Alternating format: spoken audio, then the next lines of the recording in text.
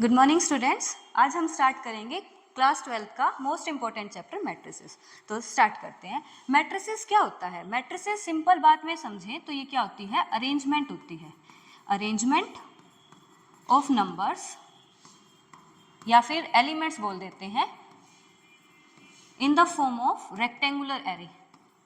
In the form of rectangular array. क्या मतलब हुआ इस बात का कि हम एलिमेंट्स को एक रेक्टेंगुलर ब्रैकेट के अंदर फिल कर देते हैं। ऐसे 1 2 3 4 5 6 ऐसे हमने इन एलिमेंट्स को फिल कर दिया। इसको हम रेक्टेंगुलर ब्रैकेट में फिल किया तो इसको हम क्या बोलते हैं? मैट्रिसेस बोलते हैं। अब ये तो थी नॉर्मल सिर्फ समझने के लिए, हम प्रॉपर डेफिनेशन भी करेंगे। पहले ये देखो कि हम एक्स एक्सिस के अलोंग चलते हैं तो इसको हम बोलते हैं रो। हॉरिजॉन्टल लाइन होती है, इसको बोलते हैं रो। यानी ये क्या है? हमारे पास फर्स्ट रो है।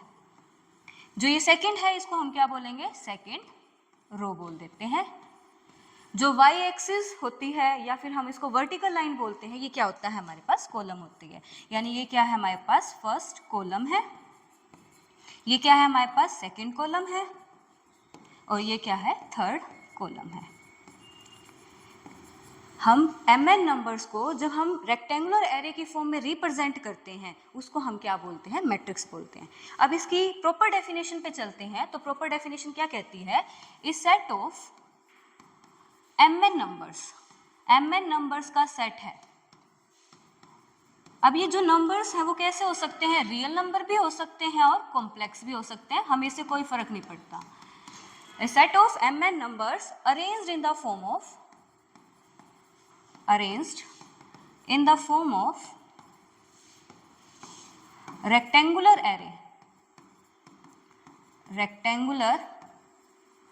array having m rows and n columns। mn numbers को रो और कॉलम में रिप्रेजेंट करने के तरीके को हम क्या बोल देते हैं? मैट्रिक्स बोलते हैं। अब ये जो नंबर्स हैं वो कैसे हो सकते हैं? रियल नंबर्स भी हो सकते हैं और कॉम्प्लेक्स नंबर भी, यानी आयोटा की फॉर्म में भी हो सकते हैं। एक एग्जांपल से चलते हैं। जैसे कि हमने ये लिया, एक मैट्रिक्स उठाई, ये 1 2 3 4 5 6 7 8 9 ये उठाया। ये क्या है हमारे पास? First row. ये फर्स्ट रो। ये चीज क्या है हमारे पास? Second row. और ये क्या है हमारे पास? Third row. ऐसे ही अगर हम इस टाइप से चलेंगे, वर्टिकल लाइन देखेंगे तो ये क्या है हमारे पास? कॉलम। ये फर्स्ट कॉलम है, ये सेकंड कॉलम है और ये थर्ड कॉलम है। इसको हम क्या बोलते हैं? मैट्रिक्स बोलते हैं। डन ये वाली बात। अब चलते हैं नेक्स्ट आती है रिप्रेजेंटेशन ऑफ मैट्रिसेस। मैट्रिक्स को रिप्रेजेंट कैसे करते हैं इस बात को ध्यान रखना है। जो मैट्रिक्स है वो हमेशा कैपिटल लेटर से डिनोट होती है। मैट्रिक्स इज ऑलवेज रिप्रेजेंटेड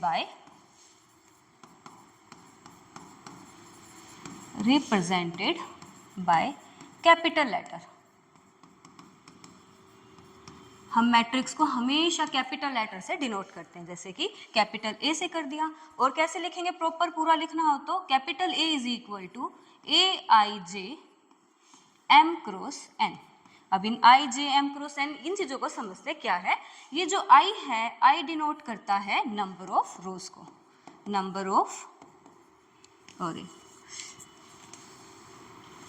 जो I जो है वो किसको डिनोट करता है? रो नंबर। I हमारे पास होता है रो नंबर। J होता है हमारे पास कॉलम नंबर, कि हमारे पास उसका नंबर क्या है? Column number. जो M होता है, M डिनोट करता है हमारे पास नंबर ऑफ रोज को डिनोट करता है। और N जो है वो डिनोट करता है नंबर ऑफ कॉलम्स को। एक एग्जांपल से चलते हैं, हम समझते हैं। कंस्ट्रक्ट करनी है, कंस्ट्रक्ट अ 3 क्रॉस 3 मैट्रिक्स को कंस्ट्रक्ट करते हैं। 3 क्रॉस 3 यानी कि उस मैट्रिक्स के पास 3 तो रो होंगी और 3 ही कॉलम होंगी। यानी कि हमने उठाया पहले A11 यानी first row first column. Second होगा क्या? First row second column.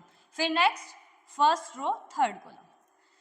Next second row है और फर्स्ट कॉलम है, यानी 2 1 हो गया, यहाँ पर 2 2 हो जाएगा, यहाँ पर 2 3, second row third column, third row first column, third row second column, third row third column. इस तरीके से हमने रिप्रेजेंट किया, ऐसे लिखा था ना हमने AIJ, आई क्या है हमारे पास रो नंबर, ये हमारे पास 1 है, यहाँ पर कॉलम को रिप्रेजेंट करेंगे, ये चीज हो जाएगी। और लास्ट में हमने इसे लिखा था M क्रॉस N। अब ये क्या होता है, ये नंबर ऑफ रोज होती है, कितनी रोज है 1 2 3, तो 3 रो है, और कितनी रो कॉलम कितनी है 1 2 3 कॉलम है, इसको हम बोलते हैं ऑर्डर बोलते हैं। ये चीज क्लियर। तो नेक्स्ट पे चलते हैं, order.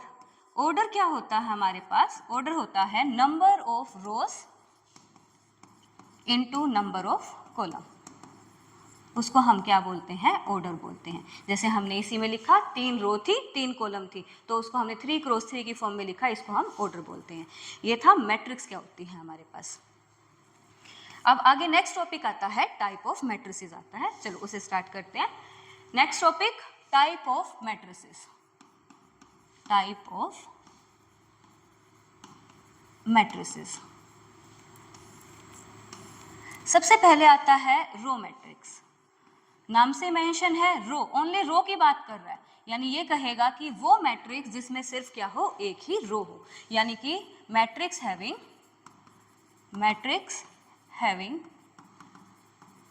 Only one row, only one row, वो मैट्रिक्स जिसमें सिर्फ और सिर्फ एक रो ही हो।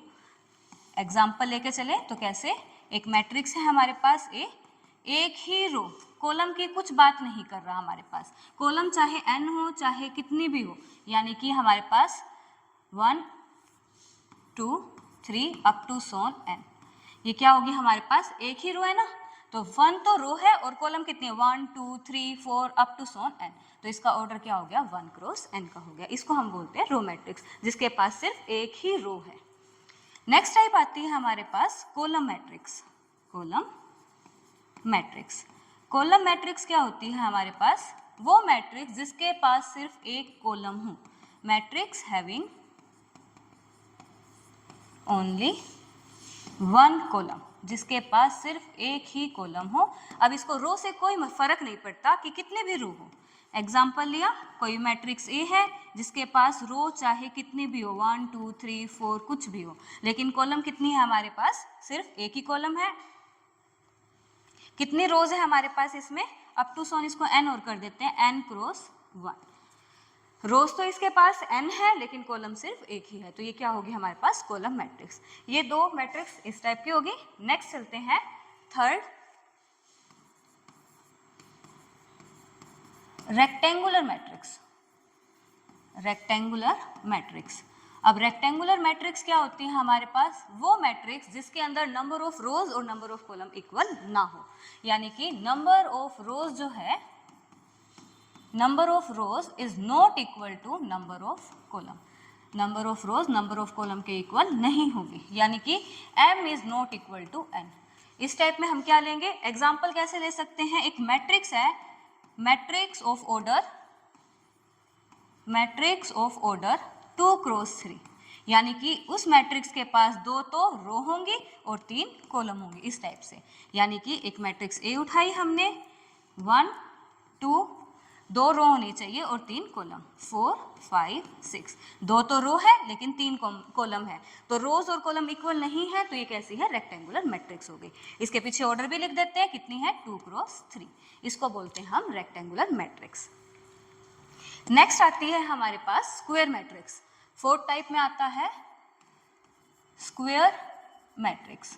अब स्क्वायर मैट्रिक्स क्या होती है, नाम से मेंशन है स्क्वायर, स्क्वायर क्या होता है, इसमें लेंथ ब्रेथ इक्वल होती है। अब यहाँ मैट्रिक्स है तो क्या कहेंगे, वो मैट्रिक्स जिसमें नंबर ऑफ रोज जो है वो किसके इक्वल हो, नंबर ऑफ कॉलम के इक्वल होती है, उसे हम क्या बोलते हैं, स्क्वायर मैट्रिक्स बोलते हैं। यानी इस केस में m जो है वो n के इक्वल होगा। एग्जाम्पल लेते हैं कि हमारे पास एक मैट्रिक्स है जिसका ऑर्डर क्या है, मैट्रिक्स ऑफ ऑर्डर 2 क्रॉस 2, मतलब दोनों सेम होने चाहिए, 2 क्रॉस 2 हो सकता है, 3 क्रॉस 3 भी हो सकता है, 4 क्रॉस 4, चाहे कुछ भी हो। हम एग्जाम्पल 2 क्रॉस 2 पे लेते हैं। जैसे एक मैट्रिक्स ली ए, 2 रो होनी चाहिए 1 2 3 4, 2 ही क्या है, रो है और 2 ही कॉलम है, तो ये क्या होगी हमारे पास स्क्वायर मैट्रिक्स। डन ये वाली बात। नेक्स्ट चलते हैं। अब आती है बात स्क्वायर मैट्रिक्स के आगे फर्दर पार्ट्स होते हैं। स्क्वायर मैट्रिक्स, स्क्वायर मैट्रिक्स आगे दो पार्ट्स में डिवाइड होती है। पहला पार्ट आता है हमारे पास डायगोनल मैट्रिक्स, दूसरा पार्ट आता है ट्रायंगुलर मैट्रिक्स। डायगोनल मैट्रिक्स और दूसरा पार्ट आता है हमारे पास ट्रायंगुलर मैट्रिक्स।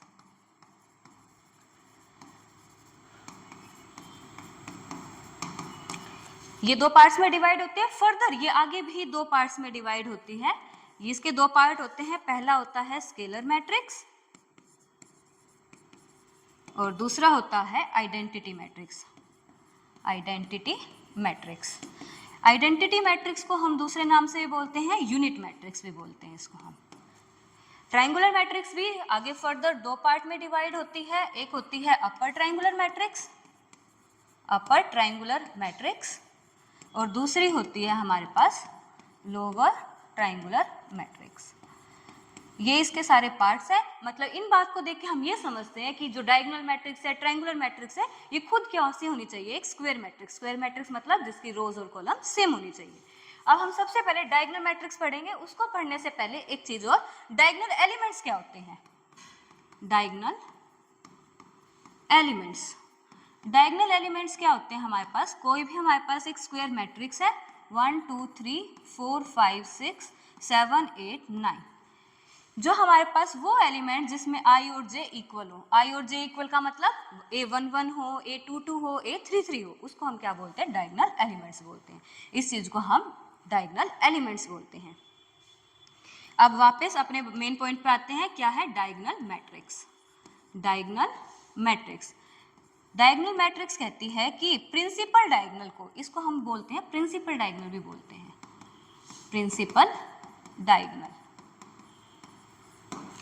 डायगोनल मैट्रिक्स कहती है कि प्रिंसिपल डायगोनल के एलिमेंट्स को छोड़ के बाकी सब क्या हो, जीरो हो।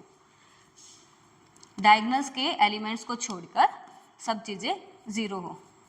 Diagonal elements are non zero, diagonal elements तो नॉन जीरो हो, और but all other elements are zero. All other elements are zero. Example से चलते हैं। एक मैट्रिक्स ए है जिसका ऑर्डर 3 क्रॉस 3 का है, डायगोनल को छोड़ के बाकी सबको जीरो। प्रिंसिपल डायगोनल हम इसी को लेते हैं, यानी 1 2 3, ये चाहे कुछ भी हो लेकिन इनको छोड़ के बाकी सब चीजें कैसी होनी चाहिए, जीरो। यानी कि ये बन गया अपने पास डायगोनल मैट्रिक्स। डायगोनल मैट्रिक्स जिसमें प्रिंसिपल डायगोनल को छोड़ के बाकी सभी एलिमेंट्स जीरो होते हैं, उसे हम डायगोनल मैट्रिक्स बोलते हैं। इस चीज को एक तरीके से और यहाँ से लिखते हैं, एक सिंपल रिप्रेजेंटेशन। एक मैट्रिक्स ए है किसके इक्वल, ए आई जे 3 क्रॉस 3 है अपने पास। ये इसका रिजल्ट जीरो है कब, जब आई और जे इक्वल नहीं है। जब जब आई और जे इक्वल नहीं है। ये केस है ना, इसमें तो ये 1 1 है, ये a12 है, a13 है, ये a21 है, a22 है, a23 है, a31 है, a32, a33। जब i और j इक्वल है, कुछ भी हो सकता है हमारे पास 1 2 3 हो, चाहे कुछ भी हो, लेकिन जब जब i और j इक्वल नहीं है, जब जब i और j इक्वल नहीं है, तब तब रिजल्ट क्या आ रहा है, जीरो आ रहा है अपने पास। नेक्स्ट, डायगोनल मैट्रिक्स अब दो पार्ट्स में डिवाइड है। पहला पार्ट क्या है हमारे पास, scalar matrix. Scalar matrix, scalar matrix कहती है कि हमारे पास डायगोनल एलिमेंट हमेशा अपने पास क्या होना चाहिए, तीनों मतलब कि डायगोनल एलिमेंट्स हैं अपने पास। मान लो 3 क्रॉस 3 की मैट्रिक्स ले रहे हैं, तो डायगोनल एलिमेंट्स हमेशा सेम होने चाहिए और बाकी सब जीरो, क्योंकि है तो डायगोनल का पार्ट, तो डायगोनल की प्रॉपर्टी को भी सेटिस्फाई करेगा। तो डायगोनल को छोड़ के बाकी सब जीरो। यहाँ पर डायगोनल एलिमेंट्स पे भी कंडीशन है कि तीनों जने सेम होने चाहिए। कोई भी के मान लिया, कोई सी मान लो, कुछ भी मान सकते हैं इसको। इसको कैसे रिप्रेजेंट करेंगे, कोई मैट्रिक्स ए है, ए आई जे एम क्रॉस एन। यहाँ पर हम क्या लिखेंगे कि हमारे पास रिजल्ट के तब आ रहा है जब जब आई और जे इक्वल है, और रिजल्ट जीरो आ रहा है जब जब आई और जे इक्वल नहीं है। इसको हम क्या बोलते हैं, स्केलर मैट्रिक्स बोलते हैं। एक सेकेंड पार्ट हो रहा है इसका डायगोनल का, दूसरा identity matrix. Identity matrix, identity matrix या फिर हमारे पास यूनिट मैट्रिक्स। ये कहते हैं कि डायगोनल एलिमेंट मस्ट भी 1।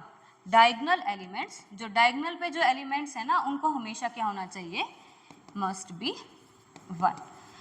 डायगोनल पे एलिमेंट है वो हमेशा 1 1 1 होंगे। जैसे एक मैट्रिक्स ए है, अपने 1 1 1, डायगोनल पे हमेशा 1 1 ही प्रेजेंट होना चाहिए और सब चीजें 0। इसको हम बोलते हैं आइडेंटिटी या फिर यूनिट मैट्रिक्स। इसको अब कैसे लिखा जाएगा, कोई मैट्रिक्स ए है, ए आई जे एम क्रॉस एन इक्वल है 1 जब जब आई और जे क्या है, इक्वल है, और 0 जब जब आई और जे इक्वल नहीं है। इसको हम बोलते हैं आइडेंटिटी मैट्रिक्स।